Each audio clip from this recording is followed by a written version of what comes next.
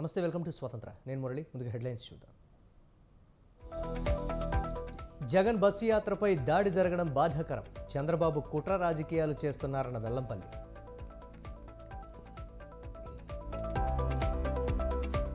దాడి డ్రామాలో hero Jagan, side hero Vellampalli. Tadepalli ప్యాలెస్లో ముందే స్క్రిప్ట్ రాశారన్న పట్టాభి.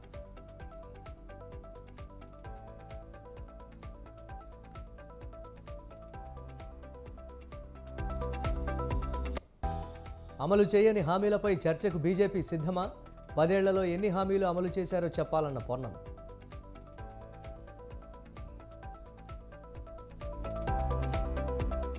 ఢిల్లీకి BRS working president KTR. CBI కస్టడీలో ఉన్న కవితను కలిసే ఛాన్స్.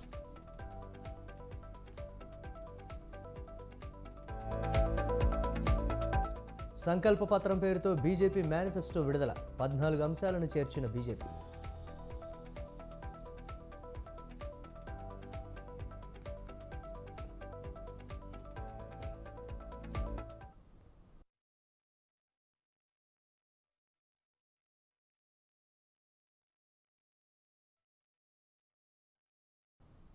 సీఎం జగన్పై దాడి ఘటనపై పోలీసులు దర్యాప్తు ముమ్మరం చేశారు. స్కూల్ బిల్డింగ్ పై నుంచే జగన్పై దాడి జరిగిందని ప్రాథమిక అంచనా వేస్తున్నారు. ఘటనా ప్రాంతం సమీపంలోని సీసీ కెమెరాల ఫుటేజీలపై పోలీసులు ఆరా తీస్తున్నారు. స్కూల్ భవనంలో అడుగడుగున సీసీ కెమెరాలు ఉండగా స్కూల్ బిల్డింగ్ను సిపి కాంతి రాణా పరిశీలించారు. ఘటనా స్థలాన్ని క్లూస్ టీం క్షుణ్ణంగా పరిశీలిస్తున్నారు. ఘటనా స్థలంలో సీసీ ఫుటేజ్ను కూడా పరిశీలిస్తున్నారు. పలువురు అనుమానితులను పోలీసులు విచారిస్తున్నారు. వివేకానంద స్కూల్కు గంగానమ్మ గుడికి మధ్యలోని చెట్ల దగ్గర నుంచి దాడి జరిగినట్లు ప్రాథమికంగా నిర్ధారణకు వచ్చారు.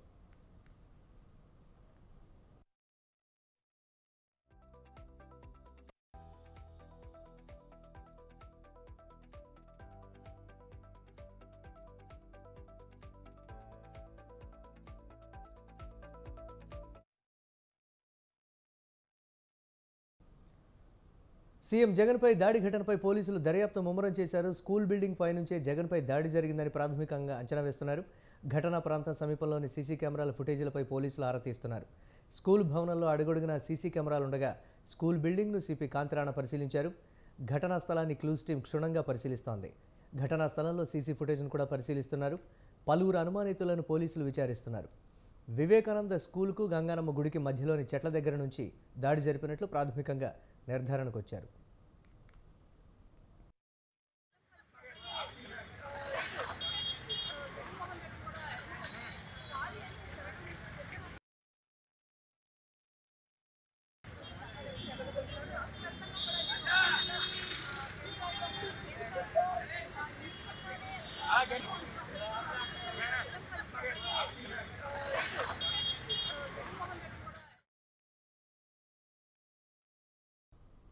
వివేకానంద స్కూల్కు గంగానమ్మ గుడికి మధ్య ఉన్న చెట్ల దగ్గర నుంచి దాడి జరిగినట్లు పోలీసులు అనుమానిస్తున్నారు. అక్కడ పూర్తిగా చీకటిగా ఉండడం, చెట్లు ఉండడంతో నిందితుడు కనిపించలేదు. దాడికి పాల్పడి అక్కడి నుంచి ఈజీగా ఎస్కేప్ కావచ్చని ఈ ప్రాంతాన్ని ఎంచుకున్నట్లు తెలుస్తోంది. 30 అడుగుల దూరం నుంచి బలంగా రాయిని విసిరినట్లు తెలుస్తోంది. ముఖ్యమంత్రి వైఎస్ జగన్ షెడ్యూల్ ప్రకారం రాత్రి విజయవాడ చేరుకుంటారని ముందే తెలుసుకున్న ఆగంతకుడు ఇందుకు తగ్గట్లే ముందస్తు కుట్ర ప్రణాళికను సిద్ధం చేసుకున్నాడనే అనుమానాలు వ్యక్తమవుతున్నాయి.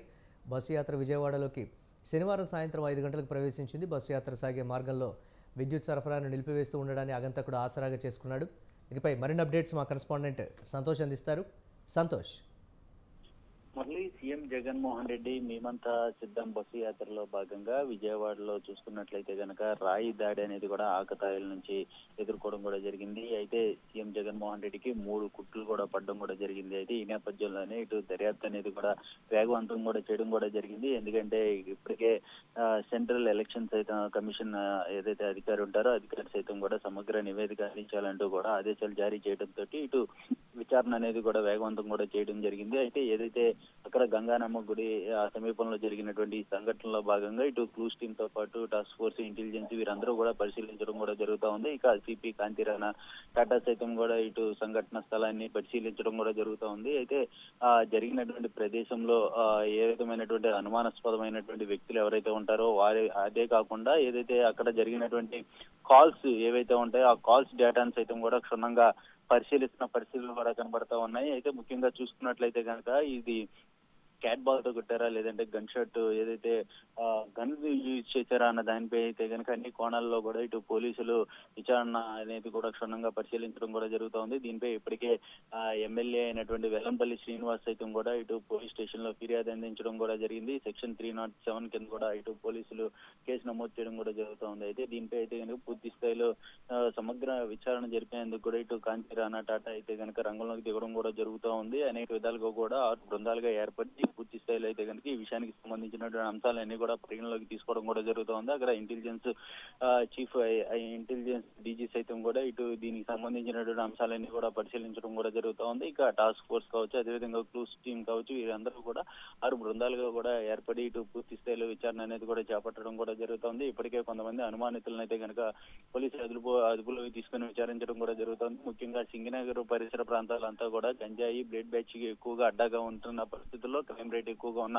సిచ్యువేషన్స్ లో ఇటు పూర్తి స్థాయిలో అయితే కనుక పోలీసులు వారందరినీ కూడా విచారిస్తున్న పరిస్థితులు కూడా కనబడతా ఉన్నాయి. ఎందుకంటే సీఎం జగన్మోహన్ రెడ్డి వస్తున్నటువంటి దారి అంతా కూడా ఇటు దారిలో పూర్తి స్థాయిలో ముందస్తుగానే ఇదంతా ప్రణాళికలు సిద్ధం చేసుకుని దాడి చేశారంటూ కూడా ఇటు వైసీపీ నేతలు అదేవిధంగా కార్యకర్తలు అందరూ కూడా ఆగ్రహం వ్యక్తం చేస్తున్నారు. ఇది ముమ్మాటిగా కూడా ఇటు టీడీపీ ప్రతిపక్షాలు కావాలనే సీఎం జగన్మోహన్ రెడ్డి దాడి చేయాలనే ఇటు పకడ్బందీగా చేశారంటూ కూడా ఇటు ఆరోపణలు అయితే వినిపిస్తా ఉన్నాయి. ఏదేమైనప్పటికీ ఇటు ఎన్నికల కమిషన్ వరకు వెళ్లడంతో ఇటు పూర్తి స్థాయిలో దీనిపై అయితే కనుక విచారణ వేగవంతం చేసి నిందితులని వేగంగా గుర్తించి వారిని అదుపులో తీసుకునేందుకు కూడా ఇటు పోలీసులు దర్యాప్తు అనేది కూడా వేగవంతం చేయడం కూడా జరిగింది. Murali, thanks for update Santosh. ఇక జగన్పై దాడి ఘటనపై విచారణ చేపట్టిన పోలీసులు సీఎం జగన్, వెల్లంపల్లి ఇద్దరికి తగిలిన రాయి ఒకటేనా లేక వేర్వేరా అనే విషయంపై అధికారులు లోతుగా దర్యాప్తు చేస్తున్నారు. ఇప్పటికే విచారణ కోసం ప్రత్యేక బృందాలను ఏర్పాటు చేశారు. జగన్పై దాడి కేసును డీజీపీ రాజేంద్రనాథ్ రెడ్డి నిరంతరం పర్యవేక్షిస్తున్నారు. ఈ ఘటనపై సిపి కాంతి రాణా నేడు నివేదిక ఇవ్వనున్నారు. ఏ సమయంలో ఎక్కడ ఎలా జగన్పై దాడి జరిగిందని సవివరంగా నివేదిక ఇవ్వనున్నారు. దాడికి పాల్పడిన వారి ఆచూకీ ఇప్పటివరకు గుర్తించలేదని సమాచారం. సీఎం జగన్పై దాడి చేసిన ప్రాంతాల్లో పోలీసులు డ్రోన్ విజువల్స్ తీయిస్తున్నారు. ఏరియల్ వ్యూ ద్వారా దాడి ప్రాంతాన్ని ఐడెంటిఫై చేసే ప్రయత్నం చేస్తున్నారు. అన్ని కోణాల్లో విశ్లేషిస్తున్నారు. పోలీసుల విజువల్ అనాలిసిస్ మీద ఫోకస్ పెట్టారు. ఈ విచారణలో పోలీసులకు ఇబ్బందులు ఏర్పడ్డాయని తెలుస్తోంది. బస్సు యాత్ర రూట్లో సీసీటీవీ ఫుటేజ్ సేకరణ సవాలుగా మారినట్లు పోలీసులు చెబుతున్నారు.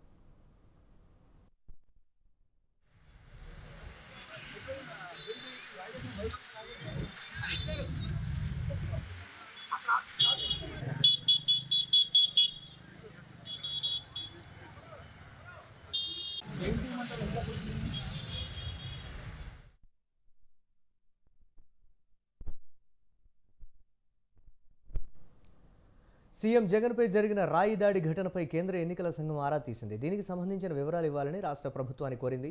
చిలకలూరిపేటలో జరిగిన ప్రధాని సభ, సీఎం రోడ్ షోలో భద్రతా వైఫల్యంపై ప్రశ్నలు సంధించింది. రాజకీయ హింసాత్మక ఘటనలు జరగకుండా జాగ్రత్తలు తీసుకోవాలని ఆదేశించింది.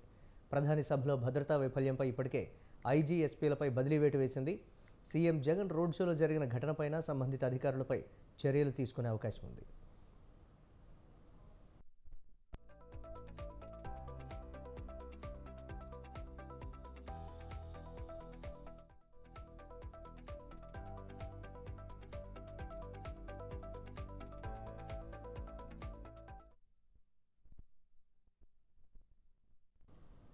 సీఎం జగన్పై రాళ్ల దాడిని వైసీపీ నేతలు తీవ్రంగా ఖండించారు. బస్సు యాత్రలో సీఎం జగన్కు వస్తున్న ప్రజాదరణ చూసి ఓర్వలేక ఇలాంటి దాడులకు పాల్పడుతున్నారని ఆరోపించారు. ఎన్టీఆర్పై చెప్పులు, అమిత్ షాపై రాళ్లు వేయించిన చరిత్ర చంద్రబాబుది అంటూ విమర్శించారు. రాజకీయాల్లో అత్యంత ధైర్యశాలి సీఎం జగన్ అని, దోషులను తక్షణమే అరెస్టు చేయాలని వైసీపీ నేతలు డిమాండ్ చేశారు. ముదిరిపోయినటువంటి పిచ్చి పరాకాష్ఠకెక్కినటువంటి కొంతమంది వ్యక్తులు చంద్రబాబు మాటలు విని జగన్మోహన్ రెడ్డి గారిని చంపడానికి అది ఒక రాయి ఇసిరితే వచ్చి అంత ఫోర్స్ గా ఒకళ్ళకి తగిలి పక్కన ఉన్నటువంటి ఎల్లంపల్లికి తగిలి చేత్తో కొడితే ఈ రకమైనటువంటి కార్యక్రమం జరుగుతుందా? తెలుగుదేశం పార్టీ కుక్కొకడు వచ్చి చెబుతున్నాడు జగన్మోహన్ రెడ్డి గారు అంటే కరెంటు తీయించేసాడు. 18 అడుగులు బస్సు మీద నిలబడి ఉన్నాడు. ఆయన ఒక 6 అడుగులు హైట్ ఉంటాడు, అంటే 24 అడుగులు. 2 అడుగులు చెయ్యెత్తి చెయ్యూపుతున్నాడు, అంటే దాదాపు 30 అడుగుల పైన కరెంటు వైర్లు ఉండవు. కొన్ని వైర్లు కిందకు ఉంటాయి. ఒక ముఖ్యమంత్రి కానీ, ఒక ప్రధానమంత్రి కానీ ఒక ర్యాలీ పెట్టుకున్నప్పుడు పైన ఉన్నటువంటి కరెంటు తీగలు తగిలి ప్రమాదం జరుగుతుందని చెప్పి వాళ్ళు వెళ్ళేటువంటి రూట్లో కరెంటు తీసేస్తారు. ఇది ఆనవాయితీ. అనూహ్యంగా జరగరాని ఇది ఒక దారుణం జరిగింది. జగన్మోహన్ రెడ్డి గారి మీద దాడి జరిగింది. అవి ఫస్ట్ రాగానే మాకు అంత సీరియస్నెస్ తెలియలేదు. అది ఎట్లా వచ్చి తగిలి ఉంటుంది, ఏదైనా ఇదే ఉంటుందా పొరపాటున అనుకుంటే మళ్ళీ వెల్లంపల్లి శ్రీనివాస్కు పక్కన తగిలిందన్నారు. తగలడం కూడా చాలా సెన్సిటివ్ పార్ట్కు దగ్గరగా జరిగింది. ముందుగా ఈ దారుణమైన ఘటనను, దాడిని వైఎస్ఆర్ కాంగ్రెస్ పార్టీ తరఫున పూర్తిగా నిర్ద్వందంగా ఖండిస్తున్నాం. ఇది ప్రజాస్వామ్యంలో ప్రజలలో మమేకమై తిరగడం ఒక ప్రధాన లక్షణం అయితే, ఏ పార్టీ అయినా పార్టీ నాయకులైనా దానికి ధీటుగా నిలబడలేని పిరికి పందలు చేసే చర్యగా పార్టీ పరిగణిస్తుంది. తెలుగుదేశం పార్టీ కూటమి సంబంధించి ఓటమి చెందుతుందని వాళ్ళు ఈ రకంగా ముఖ్యమంత్రి గారి మీదే దాడి చేస్తే అందరూ కూడా భయపడతారు. దాన్ని ఏదో చేయాలని చెప్పి ఉద్దేశంతో ఈ రకంగా చేస్తున్నారు. మన ఒంగోలులో ఇట్లనే జరిగింది. ఈ రకంగా వాళ్ళు ఏదో చేసుకోబోతున్నారు. ఎన్ని చేసినా ప్రజలు ఈరోజు వైఎస్ఆర్ జగన్మోహన్ రెడ్డి గారి పక్కన ఉన్నారు. బుద్ధి చెప్తారని కూడా ఇంకా వాళ్ళకి సిగ్గు లేకుండా చేస్తున్నారు. ఖచ్చితంగా ప్రజలు బుద్ధి చెప్తారనేది తెలియజేసుకుంటా ఉన్నాం. ఈరోజు దొంగచాటు దెబ్బలు కొట్టేదానికి ప్రయత్నం చేస్తూ ఉన్నారు. ఎన్ని చేసినా కూడా ప్రజలు వైఎస్ఆర్ పార్టీకి మరి దీనివల్ల మేము మొన్న దాకా మేము 135 వస్తాయి అనుకుంటున్నాం. వాళ్ళు చేసినటువంటి అకృత్యాల వల్ల 150 సీట్ల పైన వస్తాయని చెప్పి మేము అనుకుంటూ ఉన్నాం. ఖచ్చితంగా వాళ్ళకే నష్టం అని తెలియజేసుకుంటా ఉన్నాం. ఖచ్చితంగా ఒకటే చెప్తా ఉన్నాం, వైఎస్ఆర్ పార్టీ కార్యకర్తల జోలికి వస్తే తాట తీస్తామని చెప్పి కూడా తెలియజేసుకుంటాం. జగన్మోహన్ రెడ్డి గారిని ఈ విధంగా వీళ్ళు టార్గెట్ చేసి ఆయన క్యారెక్టర్ గురించి బ్యాడ్గా చెప్పడం, ఆయన చేస్తున్న పరిపాలనని తప్పుగా ప్రజల్లోకి తీసుకొని వెళ్ళాలన్న ప్రయత్నం చేయటం, ఈ రోజు సిద్ధం సభలు కానీ మేమంతా సిద్ధం బస్సు యాత్రలో మండు టెండల్లో కూడా వెన్నెల్లో లాగా ప్రజలు సంతోషంగా నిలబడి ఈరోజు ఆయన ఆహ్వానిస్తుంటే కడుపు మంటతో ఆయన మీద హత్యాయత్నం చేయించడం ఈ రాష్ట్రంలో ఉన్న ఎవరు కూడా మర్చిపోరని కూడా తెలుగుదేశం పార్టీ వాళ్ళకి హెచ్చరిస్తున్నాం. ఈరోజు మీకు చెప్తున్నాం, ప్రజలు అభిమానించే ప్రేమించే జగనన్న రక్తం మీరు కళ్ళ చూశారు. ఖచ్చితంగా 2024 మే 13 జరిగే ఎన్నికల్లో తెలుగుదేశం జనసేన పార్టీల రక్తాన్ని కళ్ళ చూసే విధంగా ప్రజలు వాళ్ళకి ఓట్లతో బుద్ధి చెప్పి ఆ పార్టీని ఈ రాష్ట్రం నుంచి తరిమి కొడతాయని కూడా వాళ్ళకి తెలియజేస్తూ, మరి మన గౌరవ ముఖ్యమంత్రి శ్రీ వైఎస్ జగన్మోహన్ రెడ్డి గారి మీద మరి రాళ్లతో దాడి చేసిన సందర్భంగా మరి ఇవాళ కడప నగరంలో వైఎస్ఆర్ కాంగ్రెస్ పార్టీ నాయకులు, మరి జగనన్న అభిమానులు, వైఎస్ కుటుంబ అభిమానులందరూ కూడా ఈరోజు నిరసన తెలపడం జరుగుతుంది.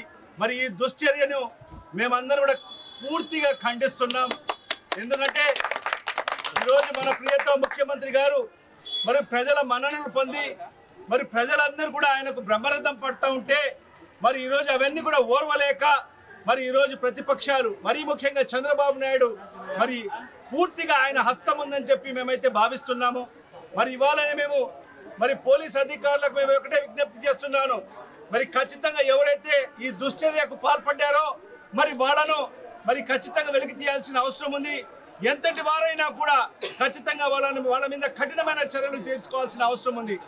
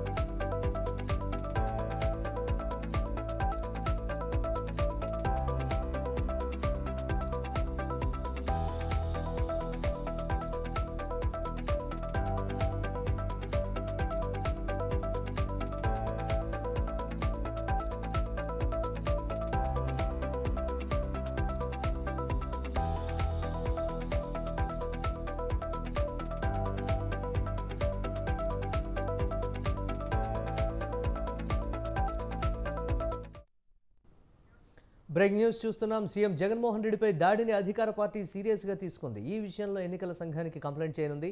కాసేపట్లో ప్రభుత్వ సలహాదారు సజ్జల రామకృష్ణారెడ్డి రాష్ట్ర ఎన్నికల ప్రధాన అధికారితో భేటీ కానున్నారు.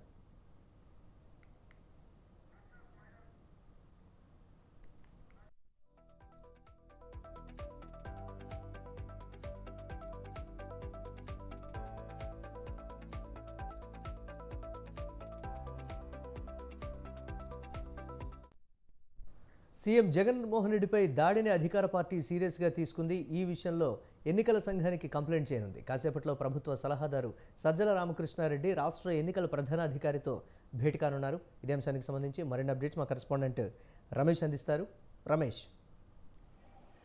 మురళీ, నిన్న ముఖ్యమంత్రి జగన్మోహన్ రెడ్డి పైన విజయవాడలో దాడి జరిగింది. ఈ దాడి నేపథ్యంలో వైఎస్ఆర్ కాంగ్రెస్ పార్టీ నేతలు ఈ దాడిని చాలా సీరియస్ గా తీసుకున్నారు. ముఖ్యమంత్రిపై దాడి వెనుక ప్రధాన ప్రతిపక్షమైన తెలుగుదేశం పార్టీ నేతలు ఉండే అవకాశం ఉందంటూ కూడా వైఎస్ఆర్ కాంగ్రెస్ పార్టీ నేతలు ఆరోపిస్తూ ఉన్నటువంటి పరిస్థితి కూడా ఉంది. ఈ నేపథ్యంలో ఈ దాడి సంఘటనను ఈరోజు రాష్ట్ర ఎన్నికల సంఘం దృష్టికి తీసుకునేందుకు వైఎస్ఆర్ కాంగ్రెస్ పార్టీ సిద్ధమైంది. మరి కాసేపట్లో ప్రభుత్వ సలహాదారు, అదేవిధంగా వైఎస్ఆర్ కాంగ్రెస్ పార్టీ రాష్ట్ర ప్రధాన కార్యదర్శి సజ్జల రామకృష్ణారెడ్డి రాష్ట్ర ఎన్నికల ప్రధానాధికారి మేనాతో సమావేశం కాబోతూ ఉన్నారు. ఈ సమావేశంలో ప్రధానంగా ముఖ్యమంత్రి పైన జరిగినటువంటి దాడి ఏదైతే ఉందో ఈ దాడి పైన ఫిర్యాదు చేయనున్నారు. అంతేకాకుండా దాడికి సంబంధించి ఎవరైతే దీని వెనుక ఉన్నారో వారందరిపైన చర్యలు తీసుకోవాలని కూడా కోరే అవకాశం ఉంది. అదేవిధంగా ఈ దాడి సంఘటనకు సంబంధించి పూర్తి స్థాయిలో విచారణ జరిపించాలి, దీని వెనుక ఎవరున్నారో ఖచ్చితంగా బయటికి తీసుకురావాలని కూడా ఆయన ఫిర్యాదు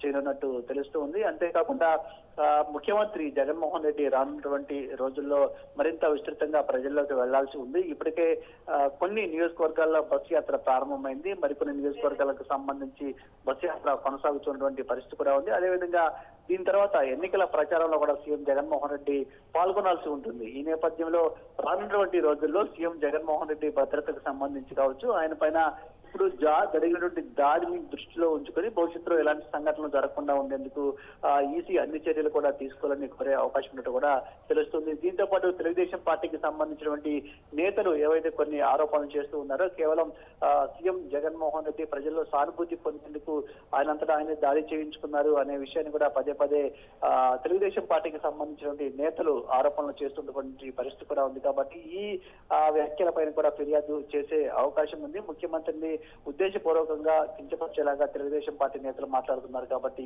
ఈ మాటలకు సంబంధించి కూడా చర్యలు తీసుకోవాలని సజ్జల రామకృష్ణారెడ్డి ఎన్నికల సంఘాన్ని కోరే అవకాశం ఉన్నట్టు తెలుస్తుంది. మొత్తంగా అయితే సీఎం జగన్మోహన్ రెడ్డి పైన జరిగినటువంటి దాడి ఏదైతే ఉందో ఈ దాడి పైన వైఎస్ఆర్ కాంగ్రెస్ పార్టీ నేతలు కొంత సీరియస్ గా తీసుకోవడం జరిగింది. ఇటు ప్రధాన ప్రతిపక్షంతో పాటు ఆ పార్టీకి సంబంధించిన నేతల పైన అనుమానాలు వ్యక్తం చేస్తున్నారు. అదే సందర్భంలో ఈ దాడి వెనుక ఎవరున్నారనే విషయం కూడా బయటికి తీసుకురావాలి, ఖచ్చితంగా ఈ అంశాన్ని ప్రజల ముందు పెట్టాలనే అభిప్రాయంతో కూడా వాళ్ళు ఉన్నారు. ఈ అన్ని అంశాలను కూడా ఎన్నికల సంఘం దృష్టికి తీసుకెళ్లినట్టు తెలుస్తూ ఉంది. Murali, right, thanks for updates Ramesh.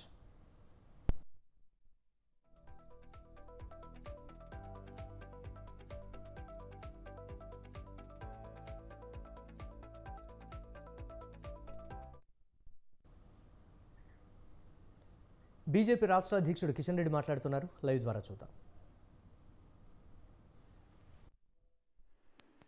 ఇప్పటికే గత 10 సంవత్సరాలుగా 4 కోట్ల ఇండ్లు కట్టడం జరిగింది. రానున్నటువంటి 5 సంవత్సరాల్లో 3 కోట్ల ఇండ్లు కట్టబోతున్నామని మనవి చేస్తున్నాను. గతంలో 5 ఇయర్స్కు 2 crores చొప్పున 10 yearsలో 4 కోట్ల ఇండ్లు కట్టాము. కానీ ఈ సంవత్సరము టార్గెట్ని పెంచి 5 సంవత్సరాల్లోనే 3 కోట్ల ఇండ్లు కట్టాలని కేంద్ర ప్రభుత్వం నిర్ణయించిన విషయాన్ని ఈ సందర్భంగా మనం చేస్తున్నాం. అదేవిధంగా ఎయిమ్స్ హాస్పిటల్స్ను మరింత వేగవంతంగా ముందుకు తీసుకెళ్తాం.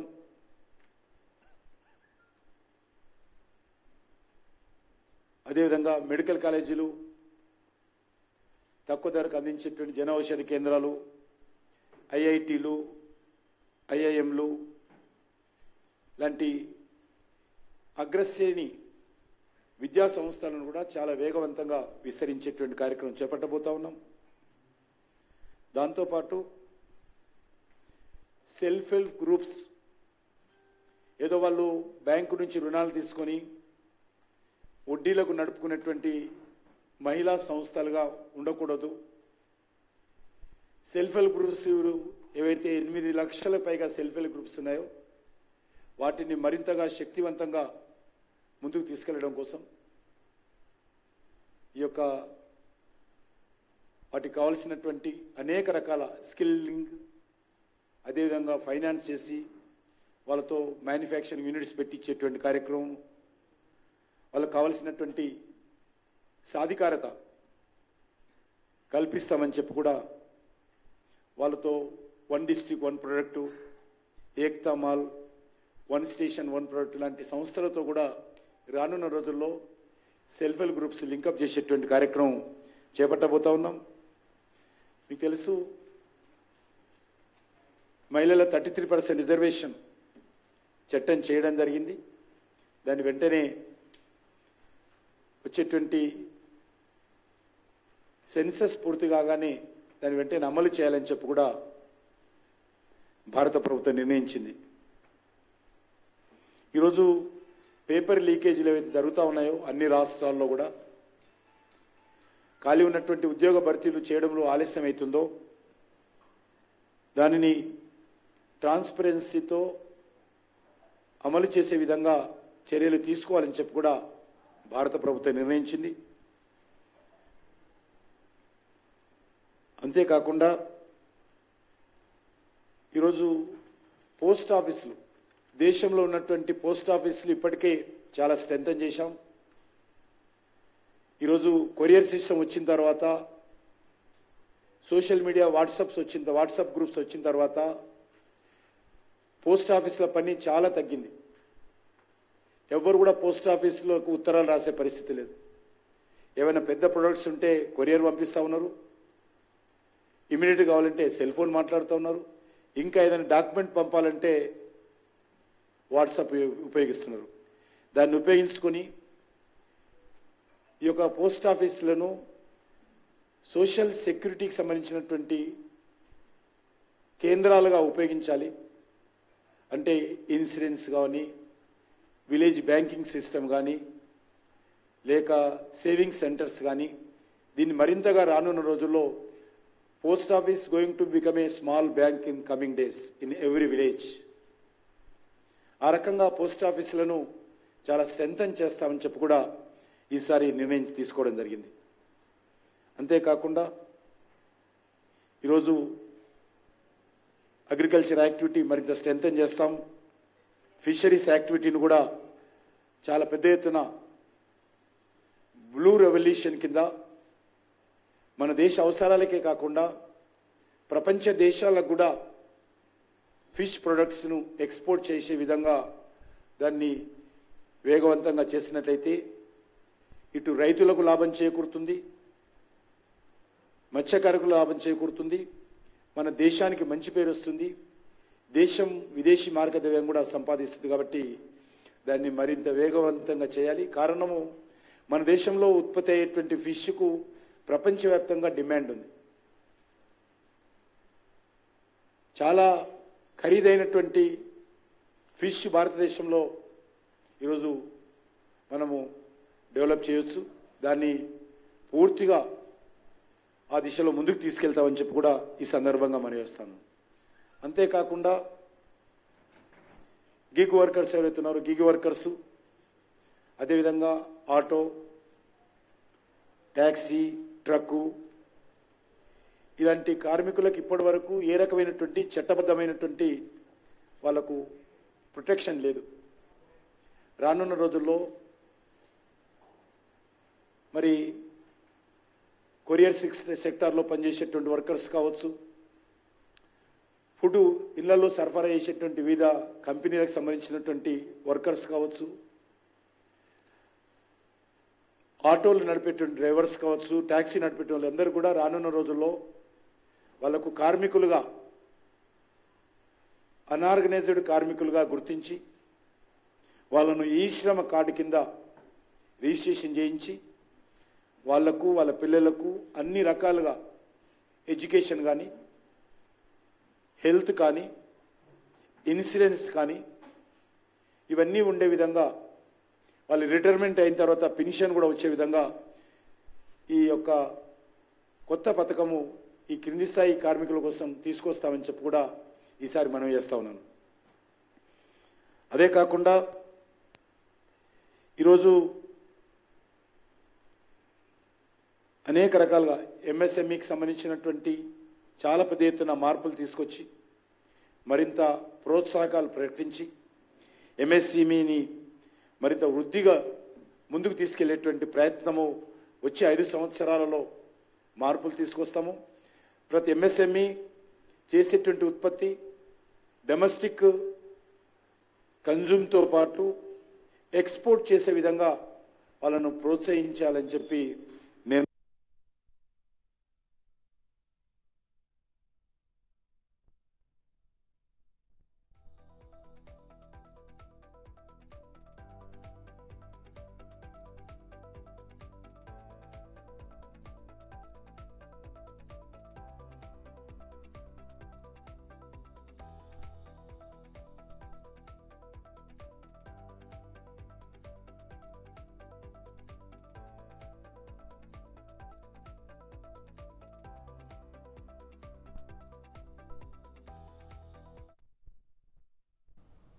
ఎన్నికల్లో సానుభూతి పొందేందుకు దాడి చేయించుకొని టీడీపీపై బురద జల్లుతున్నారని ఎమ్మెల్సీ కంచర్ల శ్రీకాంత్ ఆరోపించారు. ఎన్నికల్లో ఓటమి తప్పదని గ్రహించే సానుభూతి కోసం కోడికత్తి తరహాలో డ్రామాలు ఆడారని మండిపడ్డారు. సురభి నాటకాలు వేస్తే ప్రజలు నమ్మరని ఈ సందర్భంగా తెలిపారు. అధికారం కోసం జగన్ ఏం చేయడానికైనా సిద్ధమన్న ఆయన ఇండియా కూటమిని గెలిపించేందుకు ప్రజలు సిద్ధంగా ఉన్నారని స్పష్టం చేశారు. తర్వాత మనకి డిపాజిట్లు కూడా తగ్గేటట్లేదు, కనీసం ప్రతిపక్ష హోదా కూడా దక్కేటట్లేదు అని చెప్పనేసి భావించి జగన్మోహన్ రెడ్డి గారు అండ్ బ్యాచ్ 2019లో ఏ విధంగా కోడికత్తి డ్రామా వేటికి తెరదీశారో అదే విధంగా ఈరోజు గులకరాయి డ్రామాకి తెరదీశారు. అంటే వీళ్ళని సినిమా ఇండస్ట్రీలోకి పంపిస్తే ఇప్పుడున్న నటులు కానీ వీళ్ళందరూ కూడా అవకాశాలు కూడా తగ్గిపోయేటటువంటి పరిస్థితి కనపడతా ఉంది. అంత అద్భుతంగా నటించేటటువంటి పరిస్థితికి జగన్మోహన్ రెడ్డి గారు వాళ్ళ నాయకులు అందరూ కూడా వచ్చారు. నిన్న విజయవాడలో జరిగిన సంఘటన, గత ఎలక్షన్లో కోడికత్తి డ్రామా ఎలా జరిగిందో అలాగే ఈరోజు గులకరాయి డ్రామా. నిజంగా ముఖ్యమంత్రి పర్యటన అంటే భద్రత ఏ విధంగా ఉంటుంది, ఎన్ని అంచెల భద్రత ఉంటుంది, ఎటువంటి సెక్యూరిటీ మెజర్మెంట్స్ తీసుకుంటారు, ప్రతి ఒక్కటి ప్రోటోకాల్ ఏ విధంగా పాటిస్తారు. ఇవి ఇప్పటి వరకు అప్డేట్స్. కీప్ వాచింగ్ స్వతంత్ర.